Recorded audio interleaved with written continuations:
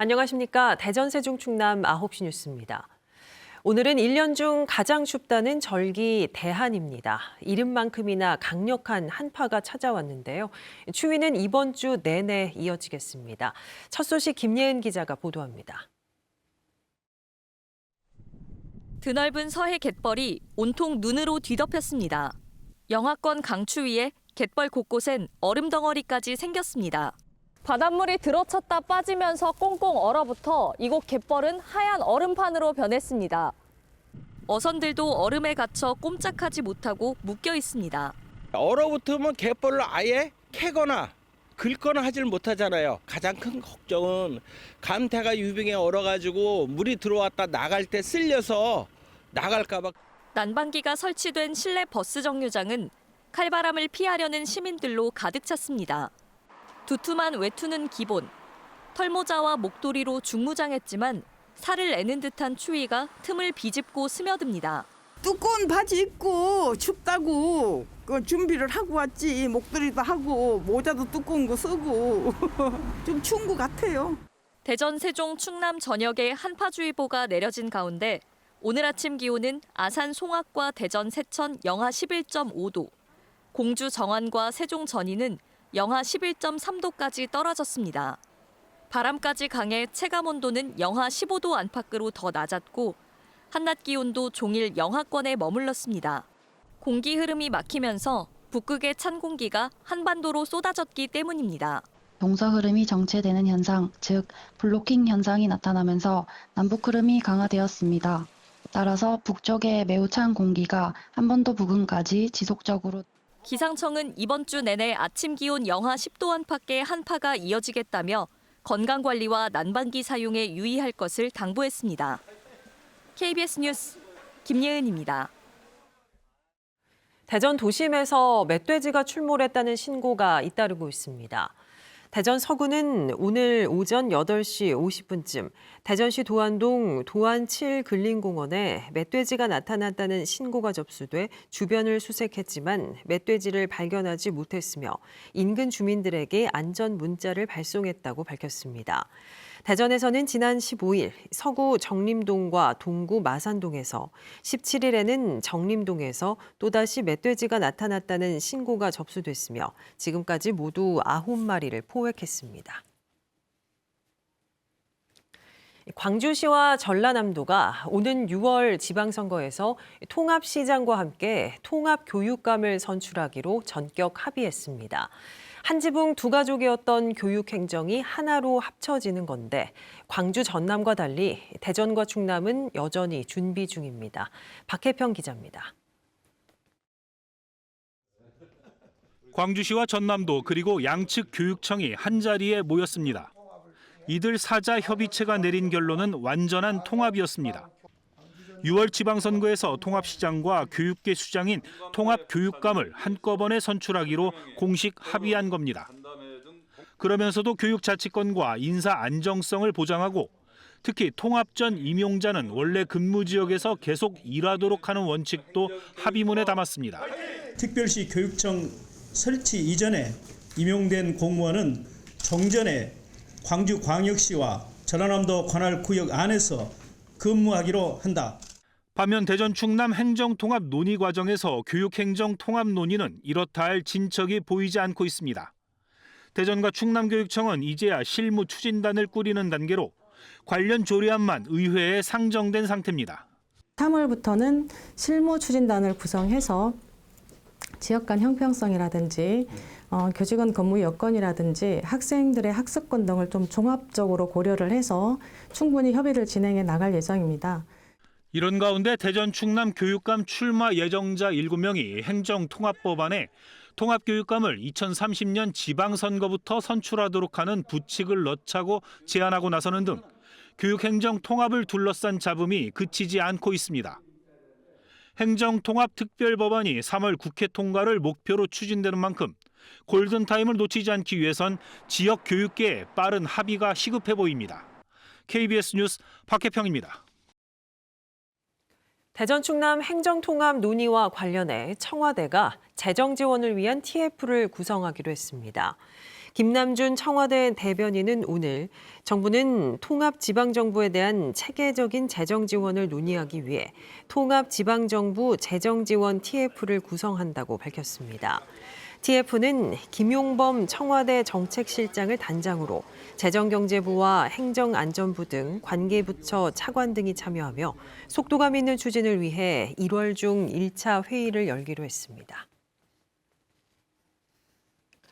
베네수엘라 출신의 한화이글스 새 외국인 선수들이 우여곡절 끝에 입국해 훈련을 시작했습니다. 진용을 새롭게 한 외국인 선수들이 폰세와 와이스의 공백을 메울 수 있을지 관심이 커지고 있습니다. 박연성 기자가 만나봤습니다. 미국 침공으로 베네수엘라에서 파나마, 네덜란드를 거쳐 어렵게 입국한 한화 새 외인 투수 윌켈 에르난데스. 190cm 큰 키에서 나오는 높은 타점의 공이 위협적인 속도로 연달아 글러브에 꽂힙니다. 여독을 풀자마자 대전 한화생명 볼파크에서 개인 훈련을 시작해 며칠 만에 한국 생활에도 잘 적응했습니다. 한화 선배이자 같은 국적으로 함께 입국한 요나단 페라자의 도움이 컸습니다. Sí, porque Perlaza me ha ayudado bastante, me ha dicho muchas cosas de la liga, muchas cosas del equipo. Me ha presentado a los compañeros, me ha enseñado un poco de la comida, de la cultura y me siento bien por eso. 2년 만에 한화로 돌아온 페라자는 벌써 자신감이 넘칩니다. 지난해 미국 샌디에이고 파드리스 산하 트리플 A에서 뛰며 MVP로 뽑혔고 수비력도 상당 부분 보완했습니다. 이번 시즌 목표는 당연히 우승입니다.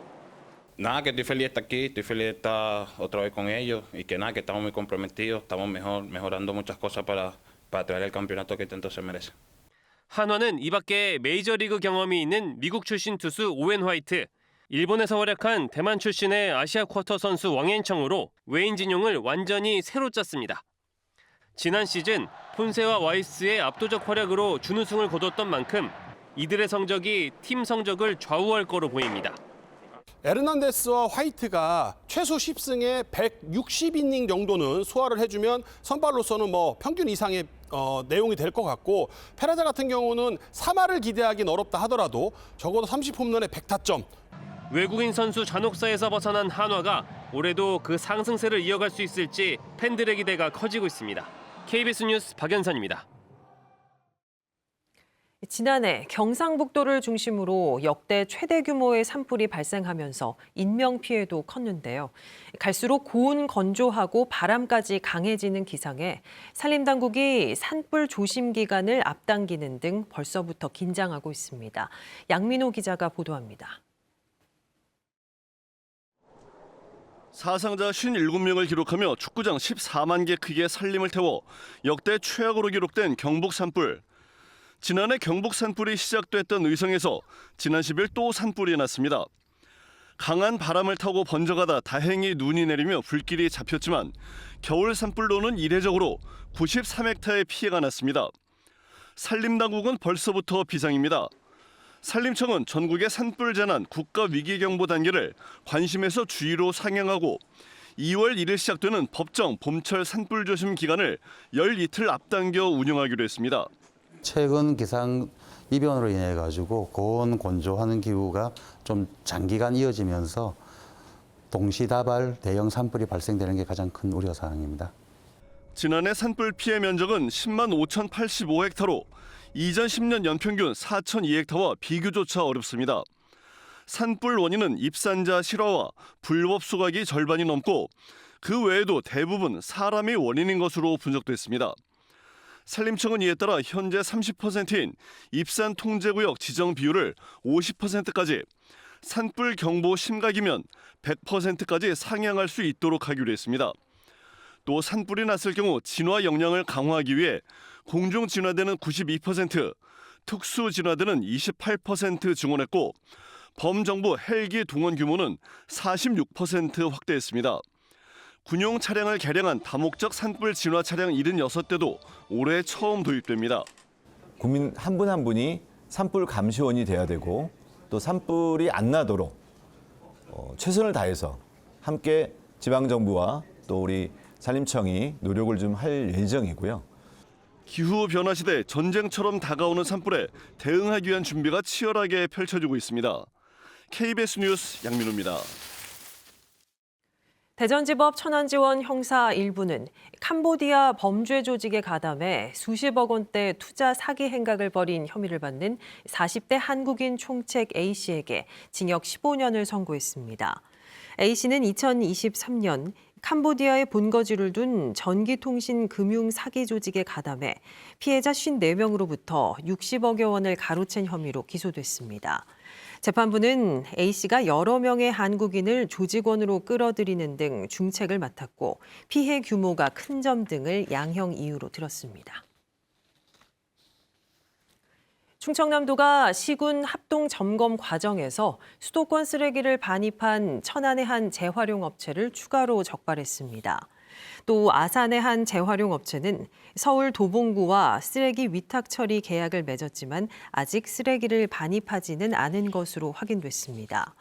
충청남도가 두 업체의 위반 사항을 적발해 행정 조치할 예정이라고 밝힌 가운데 지난 6일 수도권 쓰레기를 반입하다 적발된 공주와 서산의 재활용 업체에 대해선 한 달간 영업 정지를 예고했습니다.